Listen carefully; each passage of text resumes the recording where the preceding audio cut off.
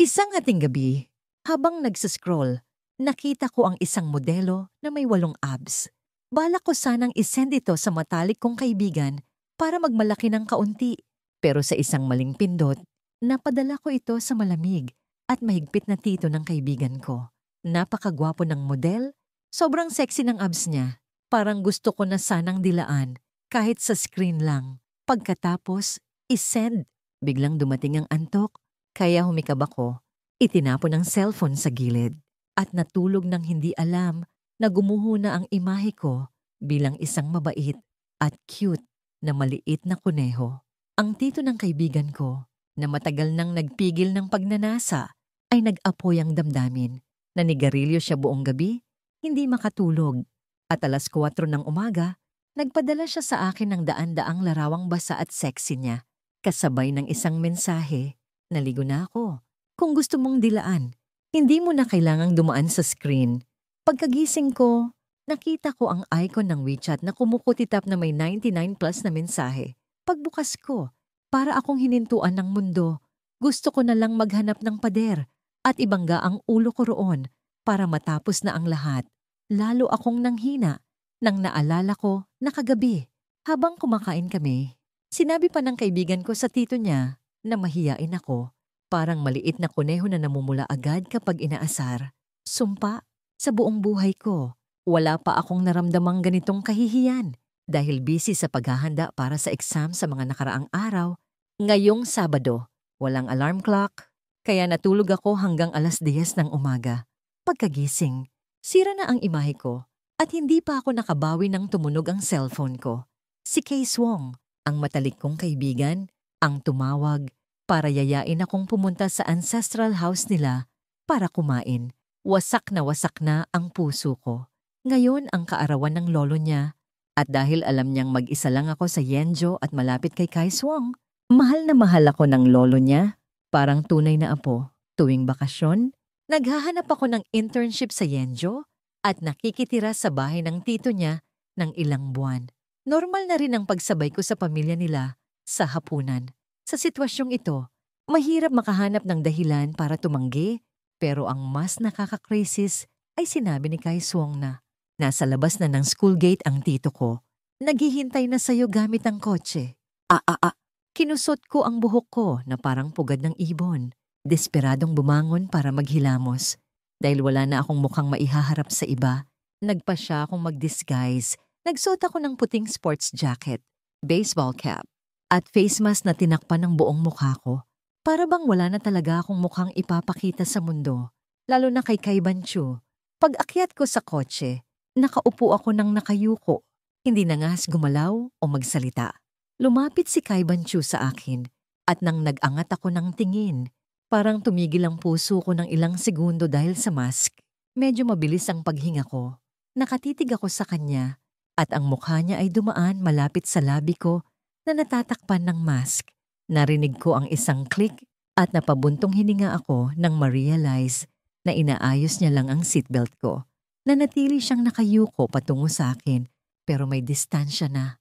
Malinaw kong nakita ang matatalas niyang kilay, perpektong panga, at ang malalim na peach blossom eyes na kahit aso ay tititigan ng puno ng damdamin, kasabay ng nunal sa ilalim ng kaliwang mata na nagbigay ng banayad na alindog sa kanyang malamig na itsura. Bakit nakatakip ng ganyan? Nahihiya ka pa bang makita ako? Sabi niya sa mababang, medyo nang aasar na boses. Naalala ko ang katangahan ko kagabi at para akong na-freeze, nauutal akong sumagot. Ako, may sipon ako. Baka mahawa kita. Tito, pagkasabi, nagpanggap pa akong umubo ng ilang beses. Tumawa si Kibancho at ang mga mata niyang iyon ay parang nakakakita sa lahat ng disguise ko. Pakiramdam ko, walang silbi ang mga pagpapanggap ko sa harap niya. Naalala ko nung first year college, na-delay ang flight ko, kaya halos malate ako sa registration. Hinila ko ang maleta ko, tumatakbo patungo sa registration point, at hindi ko napansin na nabangga ko siya. Halos mahulog ako sa fountain ng school, pero hinawakan niya ang baywang ko at hinila ako sa dibdib niya. Kaya naiwasan ko ang kahihiyan sa unang araw ng college. Noon ko unang nakita ang mga mata niya, Isang tingin na parang 1,000 taon ang lumipas. Ang boses ni Kaiban Chu ang nagpabalik sa akin sa kasalukuyan. Kaya pala, gusto mo pala ng ganong type. Man, naputol ang pag-iisip ko. At agad akong nagmalaki para protektahan ang imahe ko bilang cute at malambot na kuneho. Tito, malapit lang kami ni Swong Swong. Kaya medyo komportable lang ako mag-chat. Hindi ko talaga sinasadya. Kagabi, inaantok na ako. Kaya nagkamali ako ng send. Pero parang hindi siya basta-basta tatanggap ng paliwanag ko. Kung gayon, man, mas maganda ba ang katawan ng modelong lalaki o ang katawan ko? Lumapit ulit siya sa akin at nag-recoil ako sa isang gilid. Hindi nangahas na titigan siya. Pakiramdam ko, iba talaga siya ngayon. Sobrang iba. Bilang CEO ng Kitty Group, sobrang busy niya na bihira ko siyang makita. Simula nang lumipat kami ni Kaishuang sa bahay niya, halos hindi siya umuuwi. May malinaw siyang boundaries at maliban sa mga pagkakataong bumibisita kami sa ancestral house para kumain, doon ko lang siya nakikita. Pero kahit na magkaharap kami, laging malamig at seryoso ang mukha niya. Parang isang matandang elder. Ngayon, ngumiti siya, ngumiti sa paraang sobrang nakakaakit. Parang inaasar ako. Hindi, mabilis akong umiling. Sinusubukang alisin ang mga kakaibang iniisip sa ulo ko. Nakita ko na ang mga babaeng kasama niya sexy, banayad, may mga katawang nakakaakit. Bawat hakbang puno ng kagandahan. Sa tabi niya, parang kumpiyansa silang nagniningning. Ako, lagi akong kasama ni Kaishuang. At sa mata niya, parang pareho lang kami isang junior, isang nakababatang kapatid. Paano niya magkakagusto sa isang junior? Nilunok ko ang pait sa dibdib ko at pilit ng umiti. Tito, siguradong mas maganda ang katawan mo kaysa sa modelong lalaki. Napakaswerte ng magiging asawa mo sa hinaharap. Hindi na siya nagsalita. Hinaplos lang ang ulo ko, umayos ng upo, at pinaandar ang kotse. Palihim akong sumulyap sa mukha niya walang emosyon. Pero galit ba siya? Mali ba ang sinabi ko? Nang makarating kami sa kalahati ng daan, nag-red light. Sa maikling sandali, bigla siyang nagtanong, malapit ka nang mag-graduate. Gusto mo bang manatili sa Yenjo o bumalik sa Loktanj? Hindi pa ako nakakapag-desisyon. Gusto ng mga magulang ko na bumalik ako sa Loktan? Tinanong din ako ni Kisyong ng parehong tanong. Gusto ko sanang manatili, pero anong dahilan ko para manatili? Habang tinititigan ng mga kumikislap na numero sa traffic light, nagulo ang isip ko. Sinabi ni Swong, sana manatili ka para magbukas tayo ng studio. 10. No. Ay, 3. Do. 1 naging green ang ilaw at umandar ulit ang kotse. Palihim akong sumulyap kay Kaiban Chu. Walang pagbabago sa ekspresyon niya. Hindi rin maayos ang trapiko dahil may maliit na bangaan sa unahan kaya kailangang maghintay ng mga pulis. Kung plano mong magbukas ng studio kasama si Kaishuang, kailangan mong maghanda ng mabuti. 3 minuto lang ang interes ni Kaishuang sa isang bagay. Sabi niya ng diretso, totoo nga. Si Kaishuang ang tipo ng sumusunod sa hangin kung ano ang gusto. Gagawin. Pero madali ring magsawa. Hindi ko na malaya na humigpit ang hawak ko sa damit, tapos bumitaw. Hindi pa ako sigurado. Gusto ng mga magulang ko na bumalik ako sa Loktan. Natatakot sila na mag-isa ako sa Yenjo. Baka maloko pa ako. Inalis ni Kaiban Chu ang kamay sa manibela, sumandal sa upuan, at bahagyang pumikit na parang nagpapahinga. Noon ko lang siya nakitang ganito, laging mahigpit sa sarili, laging perpekto ang kilos. Pero ngayon, parang ibang tao siya. Bigla siyang lumingon sa akin at sa parehong sandali, nakatingin din ako sa kanya. Nagkatitigan kami ng walang babala at napapiksi ako, namula ang muka. Mabilis akong umiwas, kinagat ang labi at hinigpitan ng hawak sa mga daliri ko hanggang sa maputla sila. Sa malabong paningin ko, nakita ko siyang bahagyang tumango. Tama rin naman, Manchman, 22 ka na at napakaganda mo pa malambot. Kaibig-ibig, isang tingin lang, gusto na agad mangasar. Para akong sinakalang puso at naputo lang hininga ko. Ano ang ibig mo? Tanong ko, pero parang may iba pang ibig sabihin ang sinabi niya. Sa Yenjo, may hinintay ka bang magpapamanatili sa'yo? Mas lalo akong yumuko. Hindi pinapayagan ng mga magulang ko na mag-boyfriend habang nag-aaral. Tumawa siya ng mahina. Totoo nga, mabait na bata ka talaga. Nabuksan na ang trapiko at umandar ulit ang kotse. Mas mabilis kaysa kanina. Walang sinabi si Kibanchu, pero halata ang pagbabago sa bilis ng pagmamaneho niya. Sa kahilingan ko, huminto kami sa isang high-end tea shop. Maingat akong pumili ng tea set. Ipinapakete ito ng maayos at nagbayad. Normal lang ito sa akin, pero dahil kaarawan ng lolo ni Keisyong, hindi pwede ang dumating ng walang dala. Paglabas ko ng tindahan, nakasandal si Kibanchu sa kotse, nakakrus ang mga braso at sinulya pa ng kahon sa kamay ko. Bahagya siyang nagtaas ng kilay, pero walang sinabi. Kinuha lang ang kahon at inilagay sa trunk. Pagkaraan ng 20 minuto, pumasok ang kotse sa pangunahing daan patungo sa ancestral house. Mula sa malayo, nakita ko na si Keisyong na kumakaway. Pagkababa ko, agad akong niyakap niya ng mahigpit. Pero agad din niyang kinunutan ng noo dahil sa face mask ko. Bakit ka nakamask? Tanong niya. Hinila ito pababa. Napahawak ako sa mukha ko. Hindi alam kung paano magpapaliwanag. Sasabihin ko bang nagkamali ako ng send ng larawan ng modelong lalaki sa tito niya at kagabi, nagpadala siya ng daan-daang sexy na larawan ng sarili niya. Sa isip ko pa lang ng mga larawang yon, namumula na ako. Ngumiti lang ako ng pilit. Binuksan ni Kibanchu ang trunk. Kinuha ang kahon ng tsaa at ibinigay sa akin. Tiningnan niya si Keisyong. Hindi nasisiyahan. Araw-araw kayo nagkikita sa school? Kailangan pa bang magyakapan? Bumaling si Keisyong sa akin. Galit ba siya sa'yo? Umiling ako ng mabilis. Hindi ko naman siya kailanman inaasar. Pero ang tono niya, parang may halong selos maliba ang narinig ko. Sumunod kami kay Keisyong papasok. Umupo si Kibanchu sa sofa. Seryoso ang mukha. Tulad ng dati malamig. Mataas. At hindi madaling lapitan. Lumapit ako. Inabot ang kahon ng tsaa. Lolo Kay, ito po ang maliit na regalo ko. Binabati ko po kayo ng mahabang buhay at kalusugan. Ang lolo, nakasuot ng kulay abong tradisyonal na damit. Medyo maputi na ang buhok, pero malinaw pa rin ang isip. Ay tumingin sa regalo ng may galak at bahagyang paninisi. Sabi ko na, Man, ang dumating ka lang para kumain ay sapat na. Ngumuso si Keisyong. Tumingin sa akin na parang inagrabyado. Mabilis akong nagsalita. Lolo Ki, hindi po kasalanan ni Suong Suong. Gusto ko po talagang bumili nito. Mag-isa lang po ako sa Yanjo at napakaswerte ko na inaalagaan niyo po ako. Sa kaarawan niyo, hindi po pwedeng walang regalo. Tila ayaw ng lolo na mahiya ako, kaya hindi na siya tumanggi. Inutusan niya ang butler na itago ang regalo sa study room. Simpleng hapunan lang ito ng pamilya, hindi kailangang magmalaki. Marami kaming miyembro sa pamilya Ki, pero lahat sila nasa iba't ibang lugar. Dahil madalas kang sumasama kay Suong-Suong, mas masigla ang bahay. Ituring mo na akong tunay na lolo. Huwag kang magmalaki. Ang salitang lolo ay lalong nagpagulo sa puso ko.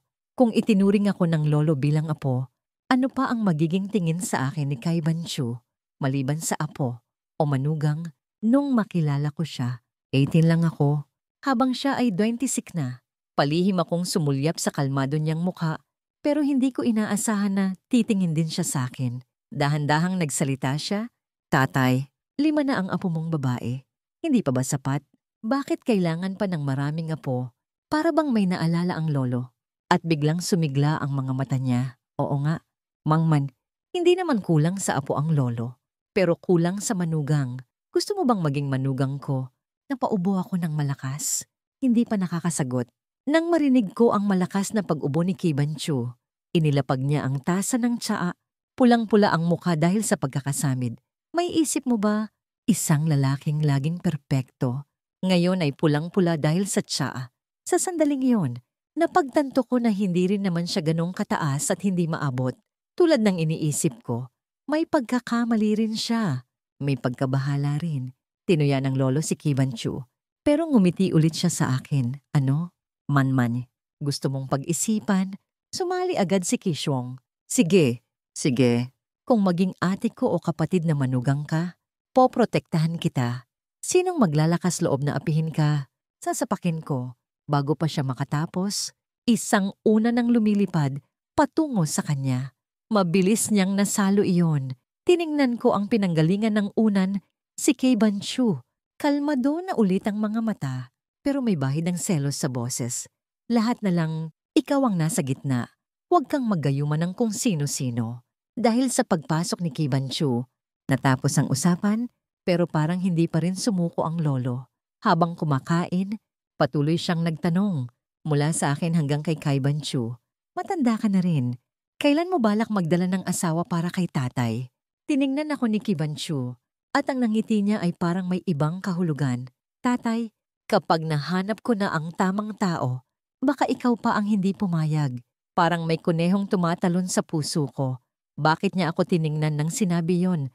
Umalakak ang lolo. Basta hindi mo dadalhin ang lalaki dito, lahat papayagan ko. Napatawa si Kidoong at napahinto rin ako. Namula ang muka. Naalala ko ang sabi ni Kaishuang na may bulong-bulungan sa high society na hindi malapit si Kiban Chu sa babae dahil baka gusto niya ng lalaki.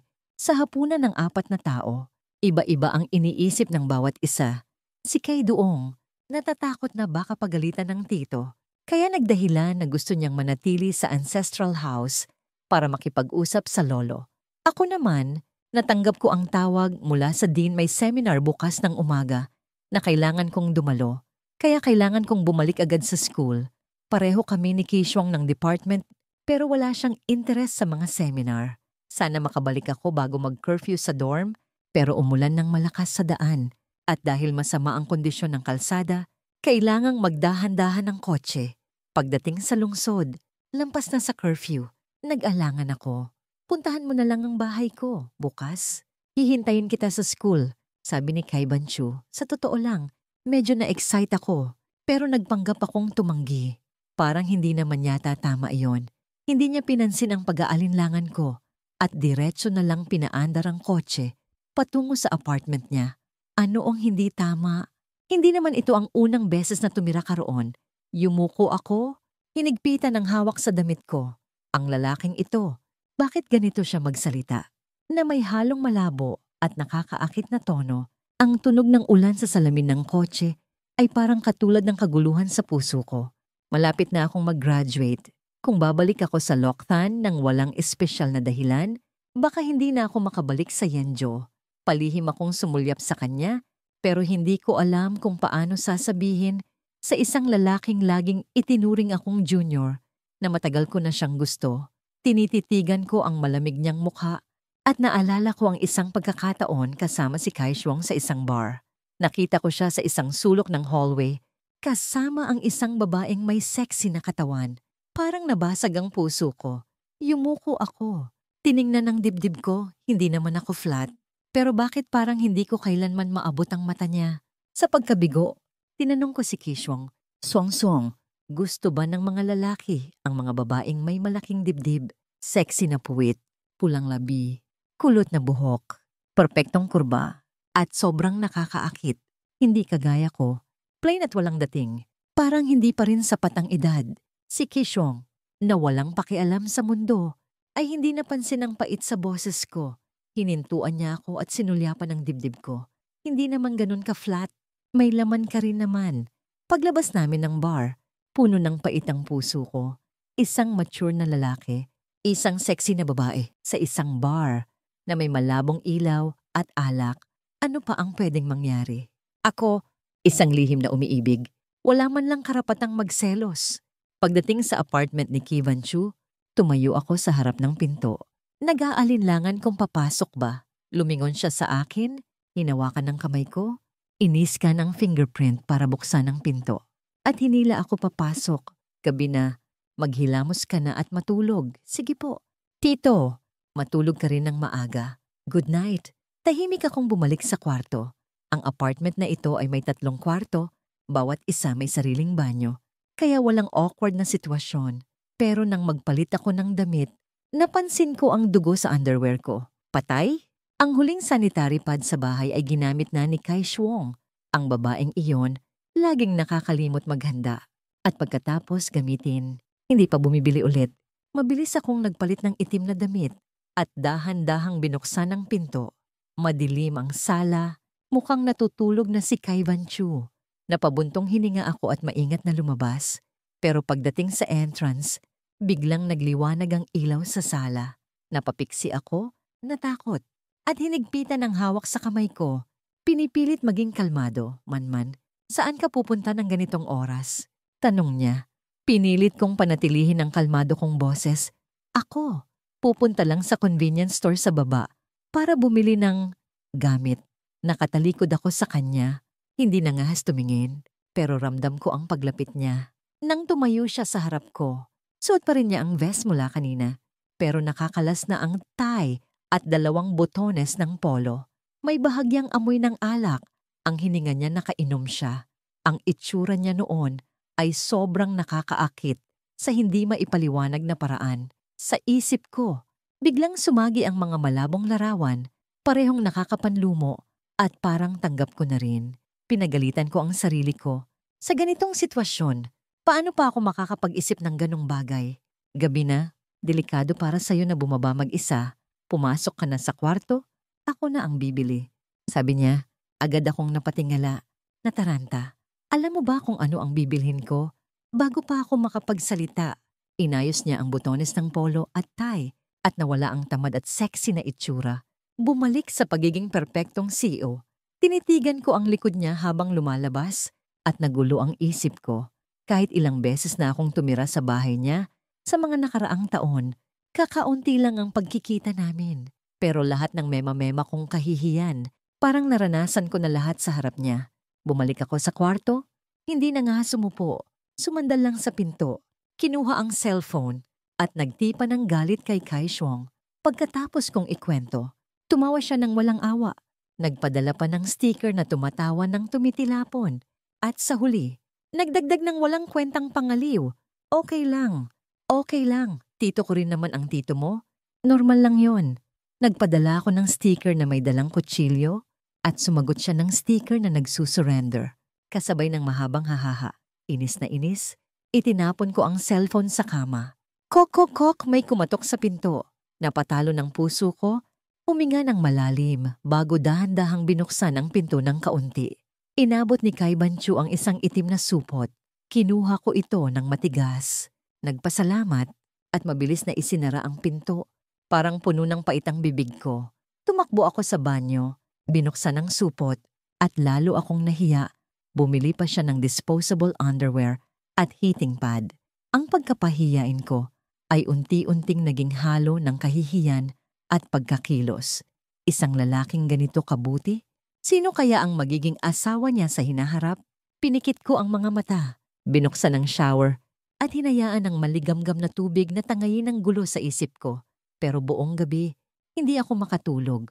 Kinaumagahan, habang naghahanda para lumabas, yumuko si Kai Banchu at maingat akong tinitigan. Umiiyak ka ba kagabi? Pula ang mga mata mo, parang kuneho.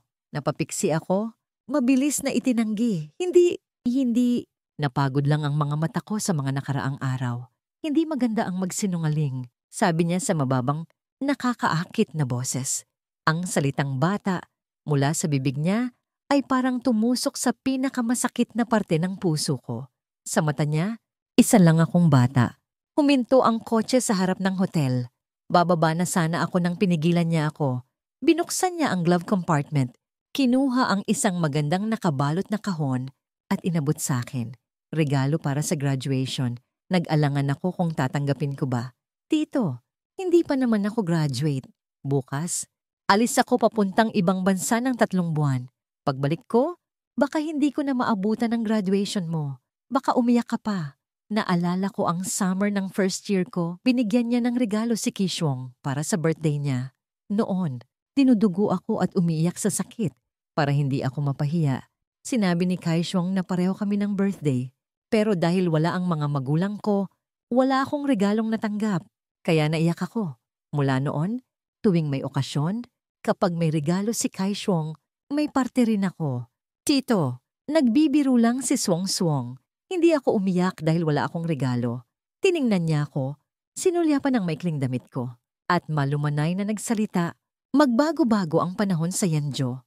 Alam mong masakit kapag nilamig ka, kaya huwag kang magsuot ng maikling damit. Alagaan mo ang sarili mo. Panatilihin ang init ng katawan. Sa sandaling iyon, parang may maliit na martilyo ang humampas sa batok ko. Hindi ko alam kung mas nahiya ako o mas naantig. Namula ako kinuha ang kahon at bumulong ng salamat. Sa sandaling iyon, tumaas ang dugo sa ulo ko at hindi ko alam kung saan ko nakuha ang lakas ng loob na sabihing, Kivan Chu, 22 na ako, hindi na ako bata. Pagkasabi, hindi ko na hinintay ang reaksyon niya. Mabilis akong bumaba ng kotse at halos tumakbo papasok sa hotel. Akala ko, umalis na siya, pero nang lingunin ko, nakita ko siyang ibinaba ang bintana. Tinitigan ako at kinawayan ang cellphone niya. Maya-maya, tumunog ang cellphone ko, may bagong mensahe sa WeChat. Sa ilalim ng mga larawang basa mula kagabi, may bagong mensahe mula sa kanya. Man, hintayin mo akong bumalik. Natulala ko, nagulat at nalito. Nag-angat ako ng tingin, pero nakasarado na ang bintana at unti-unti nang nawala ang kotse sa paningin ko. Umupo ako sa isang sulok. Binuksan ng kahon isang platinum bracelet na may violet gemstones na kumikinang sa ilaw. Naguluhan ang isip ko, iniisip ang kahulugan ng violet flowers habang pinipigilan ang sarili na mag-isip ng sobra. Tumunog ang cellphone ko, si Kisyong, Songsong, kakapasok ko lang sa hotel. Hinintay ko pa ang meeting room. Maganda. Sabi ba ng tito ko na aalis siya papuntang ibang bansa? Tanong niya, puno ng excitement. Oh, sinabi niya, bakit? 3 buwan siya roon. Sa wakas, malaya na ako. Walang magbabantay. Tumawa ako ng walang ganang. Congrats. Papasok na ako sa elevator. May meeting sa 10th floor. Mamaya na lang tayo mag-usap. Ang seminar tungkol sa jewelry design philosophy ay tumagal ng 2 oras. Nang tumayo ako, manhid na ang mga paa ko. Ang lamig ng aircon ay nagpanginig sa akin at nagsimulang sumakit ang tiyan ko. Doon ko naalala ang sinabi ni Kivan Chu, tama na nga siya. Alam ko na mas lalala ang sakit kapag nilamig. Pero pinilit ko pa ring magsuot ng maikling damit para maging maganda. Deserve ko ito. 3 buwan hindi mahaba, hindi rin maikli. Abala ako sa thesis ko at sa paghahanap ng internship, kaya wala akong masyadong oras para isipin si Kivan Chu. Pero tuwing may free time, parang may kulang sa puso ko. Babalik ba ako sa Loktan o mananatili sa Yenjo? Hindi ko pa rin masigurado. Sa huling semester ng senior year, naghahanda na ang lahat para sa hinaharap. Sa dorm, umuwi na ang mga kasama ko, kaya kami na lang ni Kaisyong ang natira. Nagkatinginan kami at biglang may narinig kaming ingay sa labas. Excited na tumakbo si Kaisyong sa balcony. Man, halika. May nagpapahayag ng pag-ibig. Pumunta ako sa balcony. At sa baba, may nakita akong malaking puso na gawa sa puting kandila. Sa dilim, ang mga kandila ay kumikinang ng maganda. Isang lalaki ang nakatayo sa gitna, nakasuot ng puting polo at pantalon. May gitara sa balikat at may mikropono sa harap. Naggitara siya at kumanta ng isang love song. Ang boses ay malinaw at puno ng damdamin. Maraming babaeng nanonood ang naiyak sa emosyon. Pagkatapos ng kanta, ibinuka niya ang mga braso at sumigaw. Taman, gusto kita? Magiging girlfriend ko ba? Sumigaw ang mga tao. Pumayag ka? Pumayag ka? Bilang hinintay. Kung hindi ako lalabas, mahihiya ang lalaki. Kaya bumaba ako. Sa harap ng maraming tao, lumapit ako sa kanya at malumanay na nagsalita. Salamat sa pagkagusto sa akin, pero pasensya na. May gusto na akong iba. Namula ang lalaki. Pero matapang pa rin siyang nagsalita. Alam ko na wala akong espesyal. Pero kung hindi ko ito sinabi ngayon, pagsisisihan ko ito habang buhay.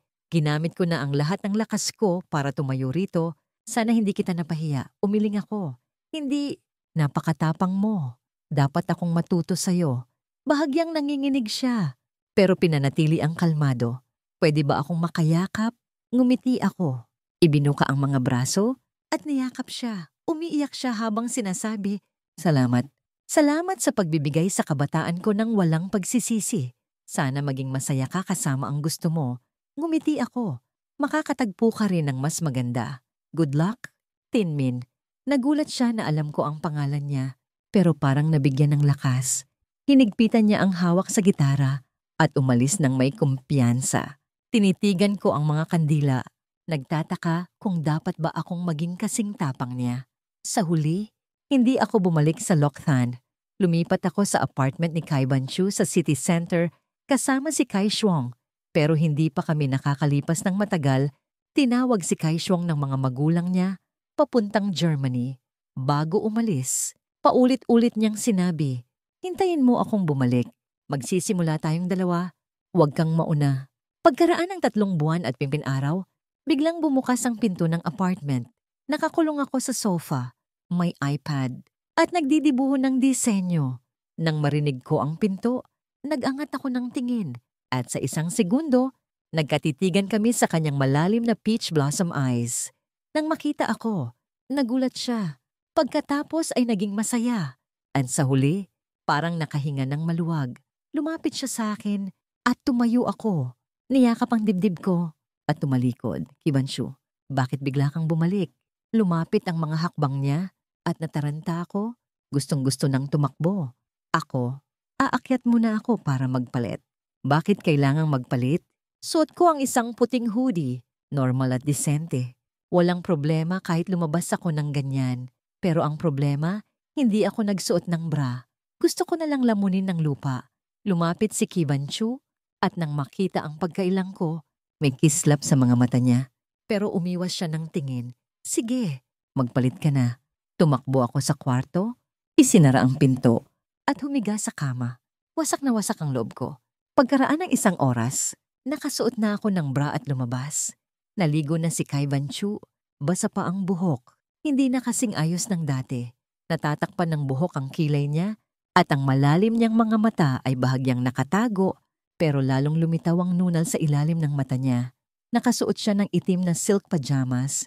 Maluwag ang tali sa baywang na nagpapakita ng kalahati ng dibdib niya at matigas na pectorals. Hawak niya ang isang baso ng red wine at ang likido ay gumagalaw sa bawat kilos niya. Sumasandal siya sa bar counter, tamad at sobrang nakakaakit. Nang lumabas ako, nag-angat siya ng tingin, kinawayan ako at natulala ako ng ilang segundo bago matigas na lumakad patungo sa kanya.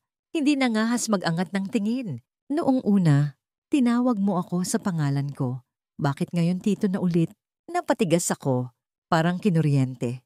Sabi ni Kaishuang, may nagpapahayag ng pag-ibig sa'yo sa school. Pumayag ka na ba? Nagulat ako. Nag-angat ng tingin. Hindi, tinanggihan ko siya. Kung tinanggihan mo, bakit niyakap mo pa? Napakurap ako. Napagtanto na ipinadala ni Kaishuang ang video sa kanya. Dahil malayo ang kuha, hindi marinig ang usapan. Kaya sa mata niya, parang pumayag ako at nagyakapan kami. Mabilis akong nagpaliwanag. Tinanggihan ko siya. Hinintay niya lang akong yakapin para hindi siya mapahiya. Bago ko matapos, inilapag niya ang baso ng alak at bigla akong hinila sa dibdib niya. Amoy magnolia ang bango niya at dahil matangkad siya, hanggang dibdib lang ako. Narinig ko ang tibok ng puso niya pero parang magulo ito. Mahigpit ang yakap niya. Halos hindi ako makahinga. "Kibanchu, gusto mo bang masuffocate ako?" "Pasensya," sabi niya. Binbitawan ako. Huminga ako ng malalim. "Tito, masama ba ang mood mo? May problema ba sa trabaho?" Hindi niya sinagot ang tanong ko. Sa halip, tinanong niya, "Nagustuhan mo ba ang regalo sa graduation?"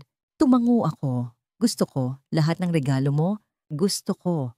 "Paano ang internship?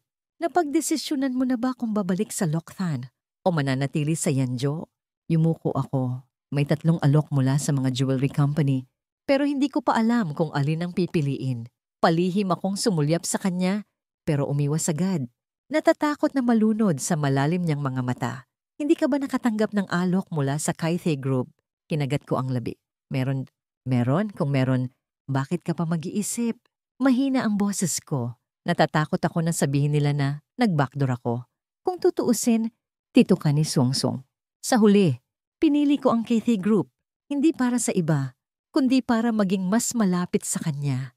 Pero pagkalipas lang ng 1 linggo, narinig ko ang isang nakakagulat na balita. Magpapakasal na raw si Kibanchu kay Tanjiao, ang anak ng isang prominenteng pamilya.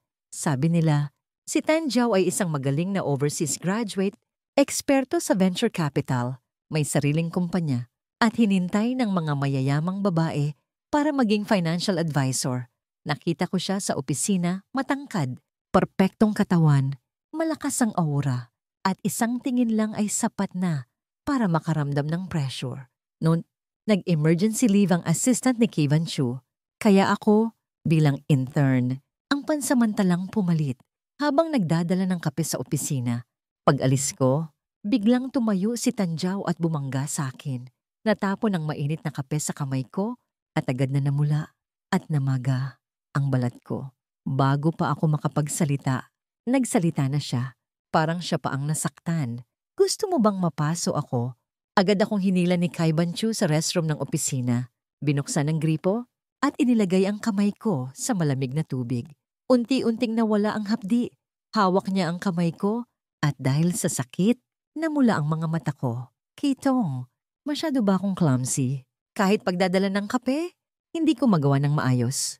Habang hinintay ang kamay ko sa tubig, malumanay siyang nagsalita. Hindi mo kasalanan. Siya ang sadyang tumayo para mabangga ka. Pagkatapos ng kalahating oras, hinila niya ako para umupo. Maingat na pinunasan ang mga daliri ko at inutusan ng assistant na kumuha ng gamot sa paso. Reflex na binawi ko ang kamay ko nang balak niyang lagyan ng gamot pero hinawakan niya ulit. Huwag kang gumalaw. Kung hindi ilalagay ang gamot, magkakaskar ito. Narinig ko ang boses ni Tanjaw mula sa pinto. Puno ng pang-alipusta. Isang intern lang. Kailangan bang alagaan ng ganyan? Kitong, gusto mo ba ng ganitong plain na little white rabbit? Bahagyang natigilan si Kaiban Chu, pero kalmado at malamig ang sagot niya. Tantong, wala pa tayong pirmahang kontrata. Pwede akong magbago ng isip anumang oras, lalo na pagkatapos makita kung paano mo sinadyang apihin ang assistant ko. Nagbago ang mukha ni Tanjaw. Kaiban Chu, kalimutan mo na ang pamilya natin ay magkaibigan. Ngumiti siya ng malamig. At ano naman, kahit gaano kaprestihiyoso ang pamilya Tan sa Yenjo, sa mata ko, wala itong halaga. Tranthu, ihatid ang bisita. Utos niya, galit na galit si Tanjaw, at ang mga hakbang ng high heels niya ay gumawa ng malalakas na tunog habang umalis. Hindi pa rin ako makapaniwala. Mahinang nagtanong, Kitong, hindi ba kayo magpapakasal ni Tanjaw? Parang hindi mo siya gusto kahit kaunti. Hindi siya nag-angat ng tingin. Patuloy na nilalagyan ng gamot ang kamay ko. Kung magpapakasal ako sa iba, malulungkot ka ba? Ma. Napapiksi ako. Binawi ang kamay ko. Pero hinawakan niya ulit. Huwag kang gumalaw. Sagutin mo ang tanong ko. Hindi siya tumingin sa akin. Hinintay lang ang sagot ko habang dahan-dahang nilalagyan ng gamot ang paso ko. Namula ang mga mata ko at nanginginig ang boses. Tito, masakit ang kamay ko. Habang nagsasalita, lalo akong naiyak hanggang sa tumulo ang luha ko at nabasa ang mamahaling suit niya. Pagkatapos umiyak, hinintay ko ang mga hikbi ko at dahan-dahan niyang pinunasan ang mukha ko ng panyo at biglang nagtanong, umiiyak ka ba dahil masakit ang kamay mo o dahil magpapakasal ako sa iba? Natulala ako, natigil ang pag-iyak dahil sa sobrang pag-iyak, namaga ang mga mata ko at naging malabo ang imahe niya. Tito, napabuntong hininga siya, hinaplos ang ulo ko, manman. 8 lang ang agwat ng edad natin. Bakit laging tito ang tawag mo sa akin? Yumuko ako. Mahinang sumagot. Kasi tito ka ni Keishuang. Kung alisin ang titulong yon, ano ang tingin mo sa akin? Matapat akong sumagot. Kung hindi ka tito ni Keishuang, wala akong pagkakataong makilala ka. Nagulat ako nang bigla siyang yumuko at halikan ako. Mainit ang labi niya, may bahid ng puwersa at natakpan ng masko ang labi ko. Natulala ako pero hinawakan niya ang batok ko at ang halik ay naging mahaba. Malumanay pero may bahid ng dominasyon. Unti-unti, nakalimutan ko na dapat kong tumanggi. At kahit clumsy, sinubukan kong sumagot sa halik niya. Nang halos hindi na ako makahinga, bitawan niya ako pero nanatili ang kamay niya sa batok ko at ang ilong niya ay humipo sa ilong ko. Huminga siya ng mabilis. Ngayon, ano ang tingin mo sa akin? Namula ako ng todo. Mabilis na umiwas. Kitong, ganito ba ang trato mo sa ibang assistant? Bigla niyang hinawakan ng balikat ko. Pinihit ako paharap sa kanya. Taman man. Anong klaseng tao ang tingin mo sa akin? May sagot na ako sa puso ko. Pero hindi ako sigurado. Kung ganito ka, ibig sabihin ba gusto mo ako? Natigilan siya. At may bahid ng disappointment sa boses niya. Akala ko, malinaw na ang ipinahiwatig ko. Hindi ko sinabi sa'yo dahil laging tito ang tawag mo sa akin. Dahil laging may distansya ka sa akin. Dahil mas matanda ako sa'yo. Natatakot ako na isipin mo na hindi ako seryoso. Tinitigan niya ang labi ko, malalim ang mga mata, yumuko siya ulit. Balak akong halikan muli, pero tumunog ang cellphone ko. Kinuha ko ito at narinig ko ang boses ni Keishuang. "Manman, bakit parang umiiyak ka? Pinagalitan ka ba ng tito ko?" Dumikit ang labi ni Kibanchu sa liig ko at napahinga ako ng mahina. Hinigpitan ko ang hawak sa cellphone, kinagat ang labi. Hindi napansin ni Kaishong ang kakaiba. Kakababa ko lang. "Tara, mag-tea-milk tayo? Miss na miss kita." Patuloy ang labi ni Kibanchu sa liig ko at kinagat ko ang labi para pigilan ang mga nakakahiyang tunog. "Sige, pupunta ako agad." Mabilis kong ibinaba ang tawag. Tumigil si Kibanchu at ang mga mata niya ay puno ng pang-aasar habang tinititigan ang pagkailang ko. Nahiya ako ng todo. Gusto ko na lang lamunin ang lupa. Galit na itinulak ko siya. "Kibanchu, ikaw ang manloloko?" Tumawa siya. Sumandal sa sofa. "Hindi mo ba gusto?" "Mahmay." Hindi ko na kaya. Itinulak ko siya at tumakbo papunta sa tea milk shop. Pagdating, niyakap ako ni Keishuang. Pero nang hawakan niya ang kamay ko, napahiyaw ako sa sakit. Nagulat siya. Tiningnan ang pulang kamay ko. "Napaso ka." Tumango ako. Kanina, dumating si Tanjaw sa opisina. Nang magdala ko ng kape, bigla siyang tumayo. Kaya natapon ng mainit na kape sa kamay ko. Nag-init ang ulo ni Keishuang. Sobrang sama niya para lang makipag-cooperate sa Kaithi. Nagpakalat pa siya ng balita sa media tungkol sa di umano'y engagement nila ng tito ko. Ngayon, inaapi ka pa. Galit na galit si Kaishong. Balak na sanang lumaban, pero pinigilan ko siya. "Huwag kang magmalaki. Hindi rin naman siya papansinin. Kung ganoon, sasabihin ko sa tito ko na huwag makipagtulungan sa kanya." Yumuko ako. Tahimik marahil hindi na rin matutuloy ang kooperasyon na yon. "Kumain na tayo ng tea milk. Ikwento mo, ano ang ginawa mo sa Germany?" Si Kishong, kahit mainit ang ulo, mabilis makalimot. Agad siyang sumigla at nagsimulang magkwento tungkol sa mga karanasan niya sa Germany. Bilang prinsesa ng Kaithai Group, kahit hindi siya magtrabaho, mayaman na siya dahil sa dividends. Pero ayaw niyang maging tamad. Gusto niyang magsimula ng sariling negosyo para patunayan ang sarili sa mga magulang at kapatid niya. May pamilya siya rito, may matibay na suporta. Kahit mag-fail, may sasalo sa kanya. Paglabas ng tea milk shop, biglang nagtanong si Kaishong, "Kasama mo ba ang tito ko ngayon?" Naghalo ang emosyon ko. Hindi alam kung paano sasagot. "Ang gulo ng salita mo. Ikaw ang nagyaya sa akin na lumipat, tapos iniwan mo ako roon at tumakbo ka sa Germany." Ngumiti siya ng pilit. "Huwag kang mag-alala. Disente naman ang tito ko. At elder pa natin. Hindi kanya gagawa ng masama." Disente, elder. Sino ang disente na magbubulong sa taingan ng apo habang kausap nito ang kaibigan sa telepono? Umiling ako. Napabuntong hininga. Noong gabing yon, pagbalik ni Kai Banchu sa apartment, bahagyang kumunot ang noo niya nang makita si Kaishong. Kahit walang pakialam si Kaishong, napansin niya ang ekspresyon niya. "Tito, hindi mo ba ako gustong makita rito?" Tiningnan niya ako ng may malalim na kahulugan at habang hinuhubad ang sapatos, tinanong niya, "Saan mo naman nakuha iyan?" Tumingin si Kaishong sa akin. Puno ng duda. "Tama ba? Man-man." Parang galit na galit siya. Parang ako pa ang nakakaistorbo sa isang mahalagang bagay. Tumawa ako sa loob-loob ko. "O, nakaistorbo ka nga sa isang malaking bagay.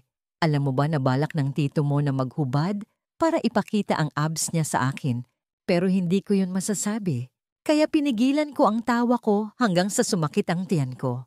Dahil sa kakaibang atmosphere, buong gabi. Si Kaishong ay dumikit sa akin. Gusto pang ngang matulog sa iisang kama. Ang dahilan, natatakot ako na itaboy ako ng tito ko sa kalagitnaan ng gabi. Halos mapunit ang tiyang ko sa tawa, lalo na't sinabi niya ito sa harap ni Kai Banchu. May isip mo ba kung gaano nakasimangot ang mukha niya dahil sa jet lag? Hindi makatulog si Kaishong, kaya hinila niya ako para manood ng horror movie. Hindi ko alam kung gaano kalakas ang soundproofing ng apartment, pero ang mga sigaw niya ay halos makabasag ng eardrums. Inantok na ako, kaya iniwan ko siya at bumalik sa kwarto ko.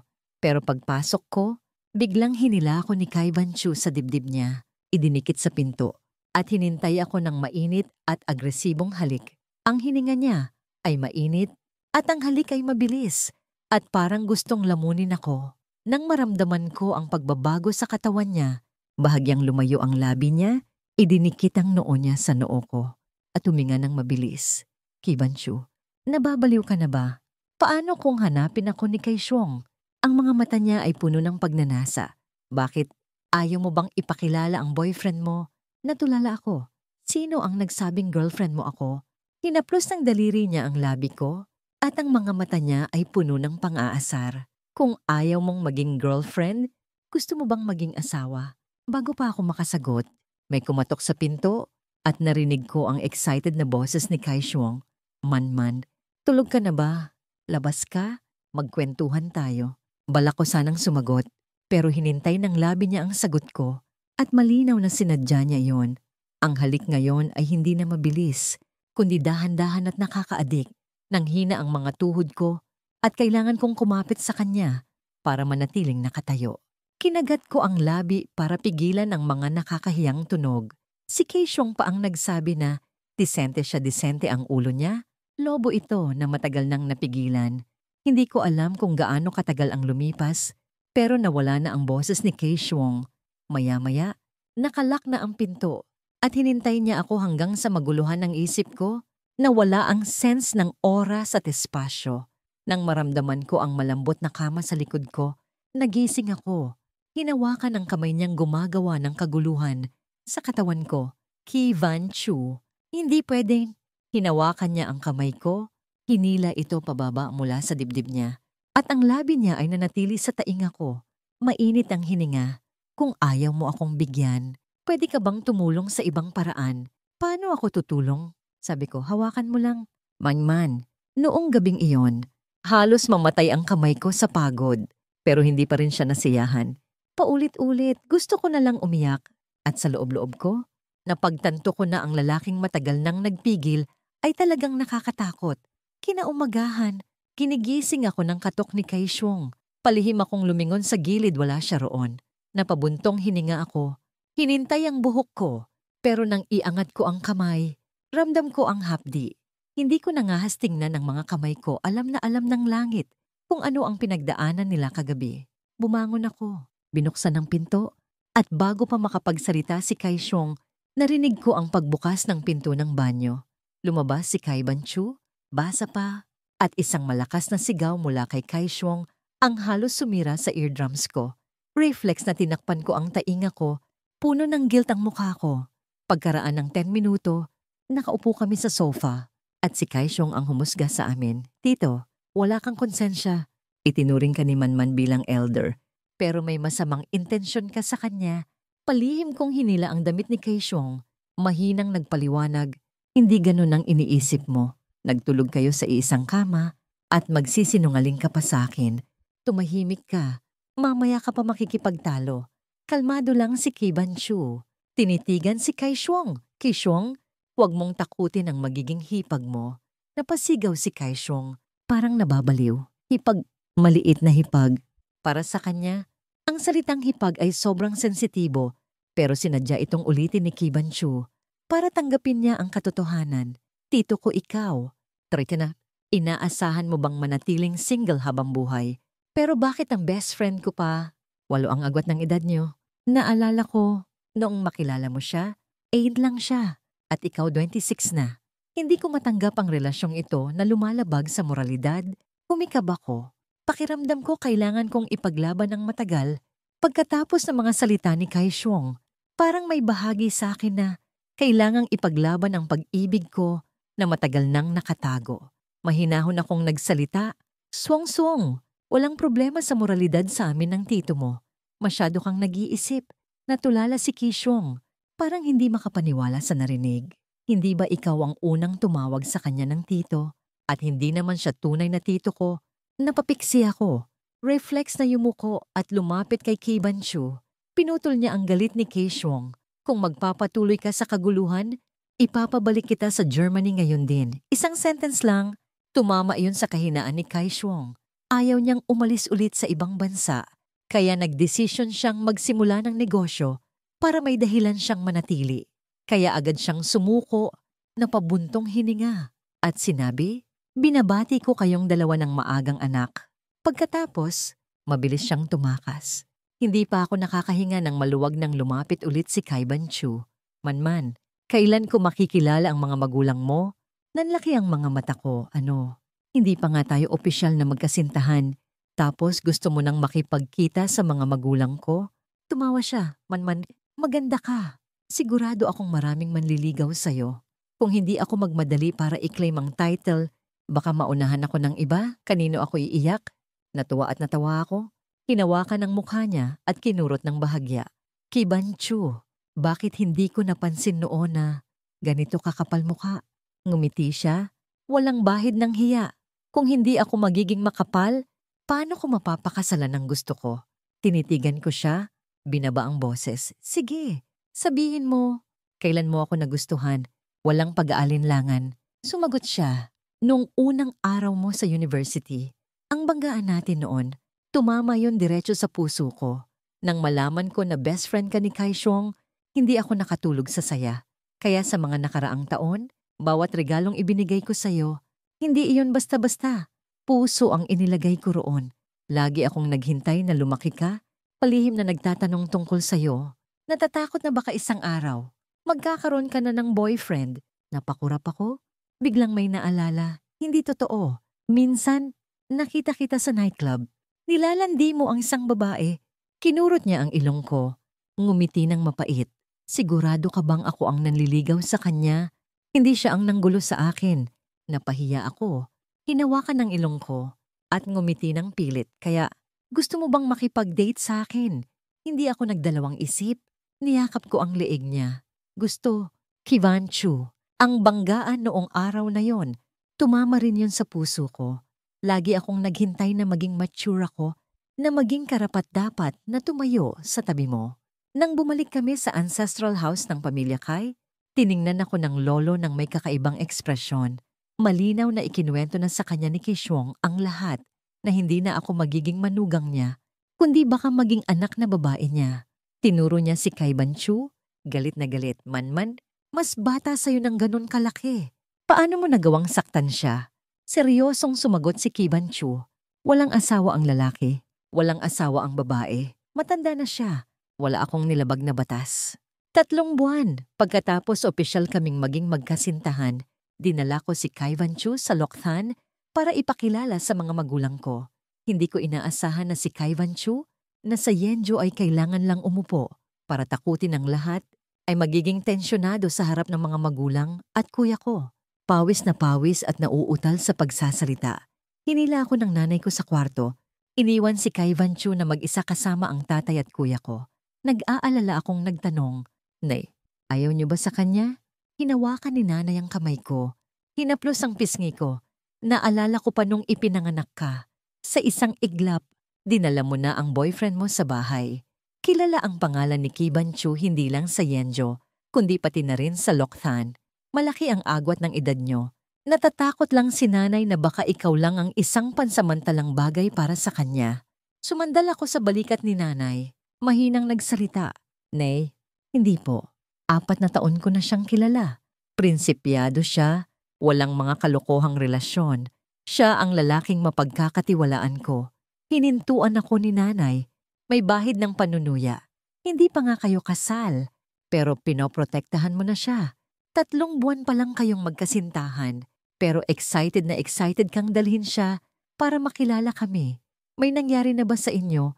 Namula ako. "Nay, wala pa po." Tiningnan ako ni nanay. Napabuntong hininga at hinintay ang balikat ko. Hindi naman si nanay makaluma.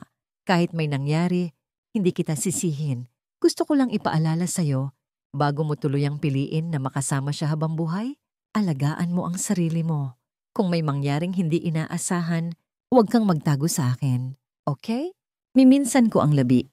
Yumakap kay nanay at mahinang sumagot, "Opo." Ang flight namin pabalik sa Yenjo ay dumating ng 10:00 ng gabi. Sa buong daan, nakangiti si Kaiban Chu na parang mapupunit ang mukha niya. Pagdating sa apartment, niyakap niya ako ng mahigpit. "Manman, Sobrang saya ko talaga. Tumawa ako, niyakap ang baywang niya. Kibanchu, gusto kong makita ang abs mo. May halong mali siya ang tono ko. Kumislap ang mga mata niya sa gulat at agad akong binuhat. Mabilis na naglakad patungo sa banyo. Maligo ka na. Ipapakita ko sa'yo hanggang magsawa ka. Noon, hinintay ko lang ang mga mata niya. Maya-maya, naging gusto ko na rin ang ngiti niya. Noong una ko siyang nagustuhan, iniisip ko na sapat na ang makasama siya kahit hindi ko kailanman ipapahayag ang nararamdaman ko. Pero nang makita ko ang mga magagandang babae sa paligid niya, hindi ko kinaya ang sakit. Halos hindi ako makahinga. Napagtanto ko na ang tao, kapag may nakuha, gusto pa ng higit. Pero mapalad ako dahil pareho kaming umiibig sa isa't isa. Iniisip ko ang mga nakaraang taon siya rin pala ay isang lihim na umiibig. Tulad ko, naranasan niya rin ang mga emosyong naranasan ko. Sa pag-iisip lang noon, biglang naging balanse ang puso ko. Ngayon, madalas kong tinatanong ang sarili ko kung mas maaga akong naging matapang. Baka hindi na sayang ang mga taon, pero marahil ang pag-ibig na ito na namukadkad ngayong tag-init ang pinakaperpektong oras. Sa banyo, 1 oras akong naghanda. Puno ng singaw ang salamin at namula ang mukha ko sa init. Sa wakas, binuksan ko ang pinto. Dati, laging maingat ako sa harap niya. Pero ngayon, naging matapang ako. Umupo ako sa kanya. Idinikit ang tainga ko sa dibdib niya at nakinig sa malakas pero magulong tibok ng puso niya. Kibanchu, handa ka na ba? Isang kamay niya ang nasa baywang ko. Ang isa ay binuksan ng drawer sa tabi ng kama. Puno ng maliliit na makukulay na kahon. Namula ako agad. Sa gitna ng pinakamataas na emosyon, ang boses niya ay mababa at paos sa tainga ko. Man. Sigurado ka ba? Iniangat ko ang kamay. Hinintay ang liig niya. Kinagat ang labi at tinitigan ang mga mata niya. Hindi na niya napigilan. Hinubad ang huling damit at niyakap ako ng mahigpit sa matigas niyang dibdib. Kuwento sa Filipino pagpapatuloy. Sa sandaling iyon, parang nawala ang mundo sa paligid ko. Ang init ng katawan niya, ang tibok ng puso niya, ang bawat haplos niya ay parang nag-aapoy sa balat ko. Hindi ko na inisip ang kahihiyan o ang takot. Ang tanging nararamdaman ko ay ang pagnanais na maging mas malapit sa kanya, na maging isa kaming dalawa. Ang mga kamay niya ay maingat pero puno ng intensidad na parang hinintay niya ang sandaling ito ng matagal na. Ang bawat halik ay mas malalim, mas mapusok, at bawat haplos ay parang nag-iiwan ng bakas sa puso ko. Sa kalagitnaan ng gabi, nang pareho na kaming pagod, hinintay niya ang noo ko sa noo niya, ang hininga naming magkapatong. Man, bulong niya. Sigurado ka bang ito ang gusto mo? Tumango ako, hindi na kailangang magsalita. Ang mga mata niya, na puno ng lambing at pagnanasa, ay sapat na para sabihing alam niya ang sagot ko. Hinintay niya ang pisngi ko at sa unang pagkakataon, naramdaman ko na hindi na ako ang maliit na kuneho. Sa mata niya ako na ngayon, ang babaeng hinintay niya. Kinaumagahan, nagising ako sa liwanag ng araw na tumatagos sa bintana. Ang unang hinintay ko ay ang mukha ni Kibanchu. Natutulog pa rin. Ang mga tampok niya ay mas malambot sa ilalim ng umagang liwanag. Palihim akong mangungumiti. Hinintay ang pisngi niya at bumulong. Kibanchu, mahal kita.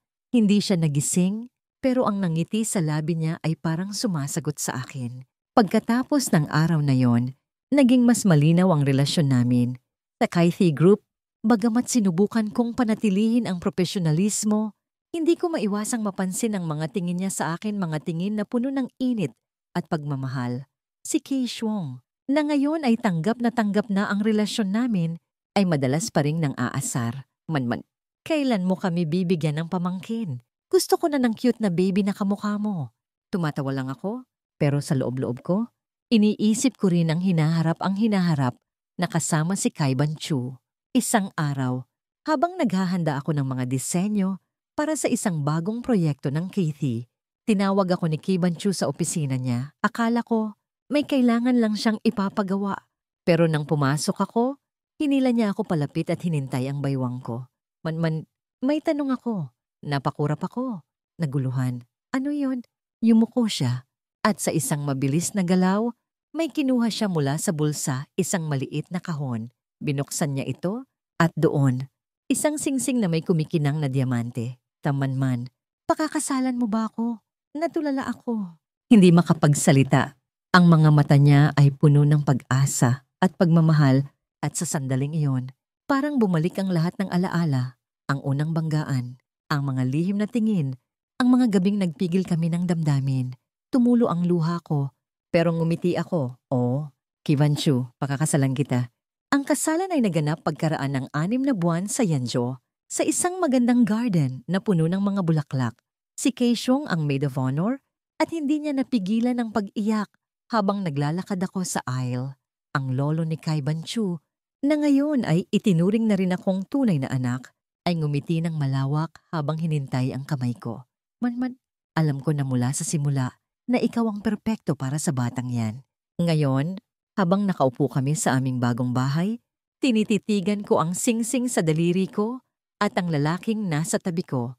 Hindi ko inakalang ang isang maling pagsend ng larawan ay magdadala sa akin dito sa isang buhay na puno ng pag-ibig at kaligayahan.